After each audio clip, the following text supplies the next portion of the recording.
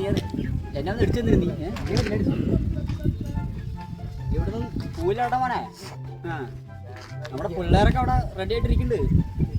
ഞാൻ നസിക്കി വിടും. അപ്പൊ വിളിക്കാണ്ട്. ആ വിളിക്കാൻ നോക്കിക്കോ.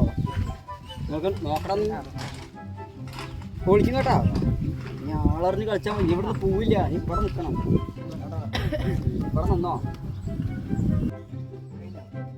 ഇപ്പൊ കഴിക്കും. നീ പെടക്കലടാ. നീ തല ഇറങ്ങി വീടും. ഇപ്പൊ വരും. ഒന്നുകൂടി പഠിക്കട്ടെ. ആ ഡാ ആശാനെ എവിടെ വിളിച്ചിട്ട് പാടാ ആശാനെ. ആ വേവാ നമ്മളിവിടെ ഉണ്ട്. ഒരുത്ത നമ്മളെ ഇടിച്ചിട്ട് ഇവിടുന്ന് പോരുത്. രണ്ട് കാര്യം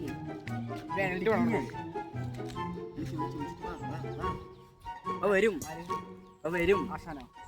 ആശാൻ വരും. ഇപ്പോ നീ ആരുടെ ആശാനെന്ന് അറിയണ്ട. അപ്പൊ വരും. ആശാൻ വരുമ്പോ കണ്ടാ മതി.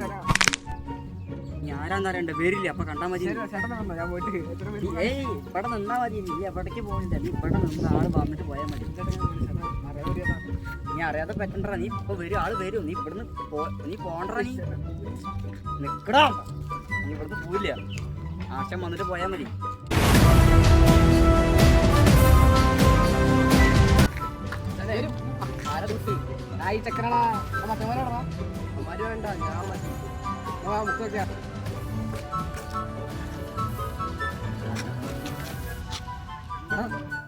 ആശാന എവിടാ?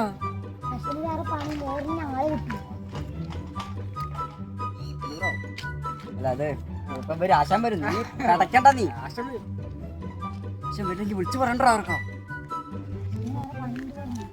എന്ത് പണി ആശാനി? ഞാനറിയാത്ത പണി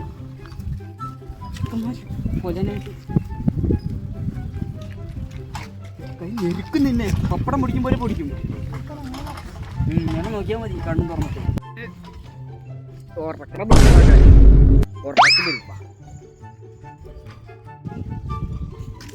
അല്ല സാറേ. അല്ല ചേട്ടാ നമുക്കിത് പ്രശ്നമാക്കേണ്ട ആവശ്യമില്ല. കാരണം നമ്മൾ ചെറുതായിട്ട് തോടുന്നല്ലേ അടിച്ചുള്ളൂ അല്ലേ? ഇതാണോ ആശാൻ? നിങ്ങളുടെ ആശാനാണോ അത്? പിന്നെ ആശ്രയിച്ചുള്ളവരാണല്ലേ. അത് അപ്പൊ ചേട്ടൻ്റെ ആദ്യം എന്താ പറഞ്ഞേ? അത് കുഴപ്പമില്ല. മാൻ വിൽ ബി മാൻ. നമുക്ക് ചായ കുടിക്കാം. ഒരു പ്രശ്നമില്ല. നമുക്ക് ചായ കുടിച്ചാൽ വാ.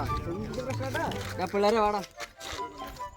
എന്തിന് കൈയൊക്കെ മറച്ചിട്ട് വരുന്നു? പ്രശ്നമൊക്കെ സോൾവ് ആയി. ഇപ്പം